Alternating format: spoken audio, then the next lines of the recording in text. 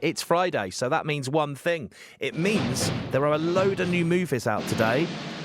Question is, which ones should you go and see? Well, you can make your own mind up after I've spoken to movie critic Van Connor, who comes on weekly to talk about two of the new films that are out this weekend and let us know, in his honest opinion, what he thinks of them. Good afternoon, Van Connor. Good afternoon, Mr. Ball. How you doing, sir? Yeah, good, thank you. Pretty excited about today's, and I know you are as well, because one of the movies we are going to be talking about has been part of a 30-year franchise. It is the 10th, or maybe 12th, but 10th technically, in the series. We're talking about Fast 10, Fast X, which you prefer to call it, Van, because it does sound a bit cooler, doesn't it? Oh, of course, because I'm a child of the 90s when you had to have an X in every title and everything was extreme. Like, you remember that? We had Pepsi Max. Everything had to have the X in the title. You're absolutely right. Well, we'll be talking about that in a moment. But first, we're going to look at a movie called Are You There, God? You know, Are You There, God? It's Me, Margaret, adaptation of the seminal 1970 Judy Blume novel. It's literally taken 5+ decades for this to reach the screen, and it has reached the screen in the more than capable hands of Edge of 17 writer-director Kelly Fremont Craig. And I am a huge, huge fan of Edge of 17. I think it's an absolutely brilliant movie, and Haley Steinfeld, Woody Harrelson, amazing in that. And I'm proud to say that she's kind of kept the standard going, Ms. Craig, with this one.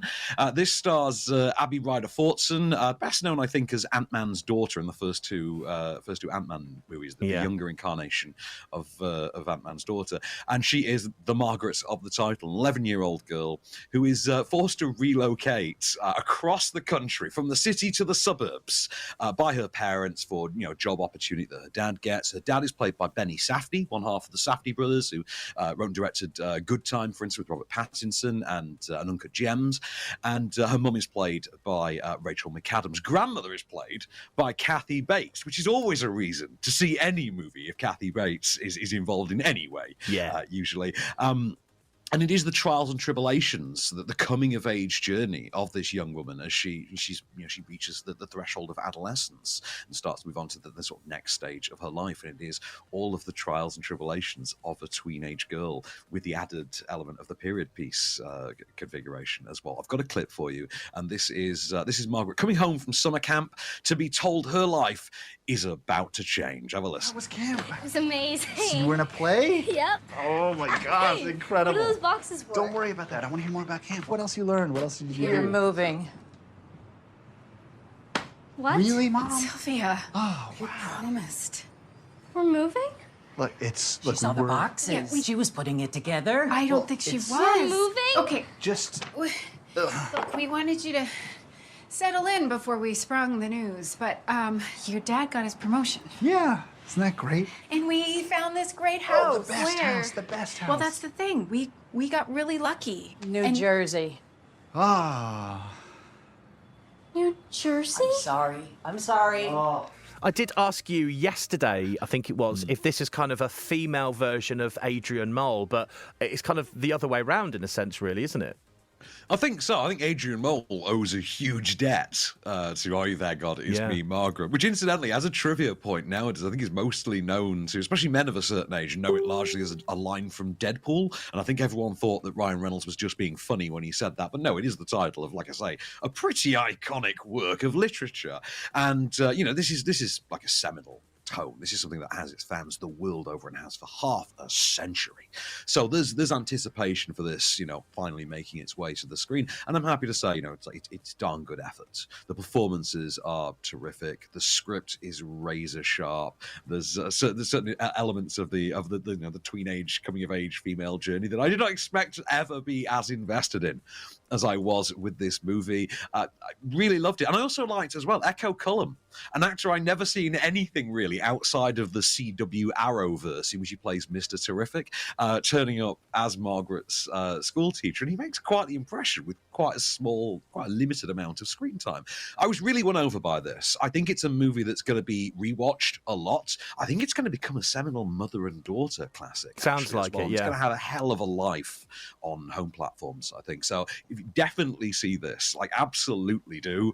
And especially if you've got a daughter that age, this is something show your 11-year-old daughter this. It's absolutely brilliant. I was won over hard by this. All right. Well, Are You There, God? It's Me, Margaret, out in cinemas from today. Let's talk about the big one then, Van. You were sending me pictures and messages from the big red carpet event of this that you went to in Leicester Square in London, I think it was, wasn't it? It was the Odeon at Leicester Square, and they parked an £80,000 Lamborghini Murcielago in gold outside the front door. I watched it being unloaded because they had to disconnect and then reconnect the engine for transport.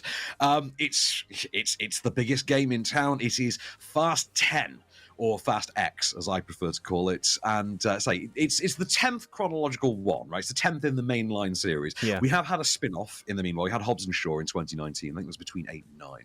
And then we had Better Luck Tomorrow, which is from 2002, which has one of the characters and has Han Solo, as he's called. It's Seoul spelt like, the capital of South Korea. Han Solo in it. And that's sort of been incorporated into the mythos now as well.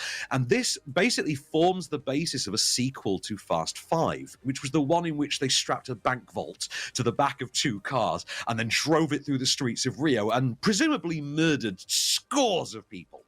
Because there was no way the body count on that was not astronomical. But, they do address that kind of in the film by just explaining away that nobody ever seems to die in these movies. However, Jason Momoa, who has now been retconned into the events of Fast 5 as the son of the villain of that movie, who was just off screen the entire time. They just accidentally knocked him off a bridge during the car chase at the end of Fast 5. He's back. He wants revenge. And he's taken the form of what I can only describe as a hyper-camp, pansexual version of Heath Ledger's Joker, whose outfits literally colour correspond to whatever car he's driving at any given moment, as if he's one of the Power Rangers. And the only thing he wants in this world is to make the Fast family suffer. One by one. I've got a clip for you. This is Vin Diesel's Dominic Toretto facing off against his new arch nemesis Dante for the very first time. You remember my father? Hernandez.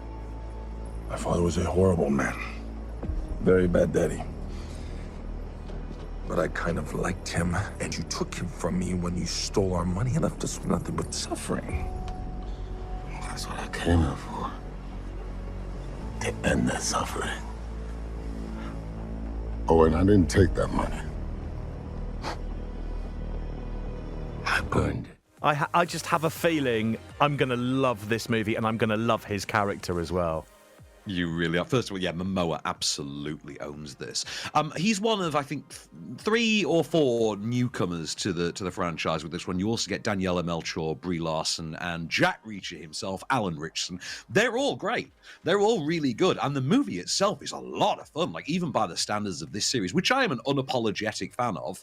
I think this is really fun. And we get to see Paul Walker again because they've gone back to Fast 5, haven't they?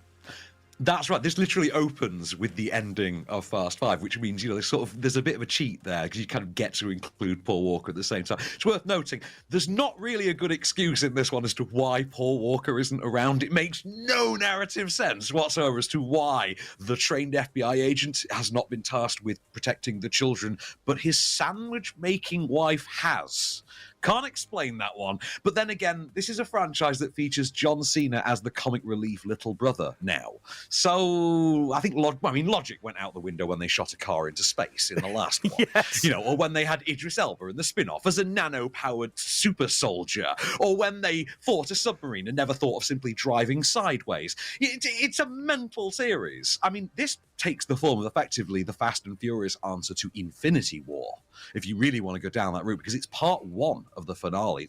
Whether it's part 1 of 2 or part 1 of 3 is kind of up in the air, but it's a heck of a ride. Like I say, even by the standards of the Fast and Furious franchise, this kicks it up into a new level of fun. Wow. There's a lot more personally invested in it for the characters this time around, it seems. And, this is not a series that's ever lacked, character motivation. But by having it simply go back to the Jason Statham motivation from the 7th one of, you ticked off someone related to the previous villain and now they want blood.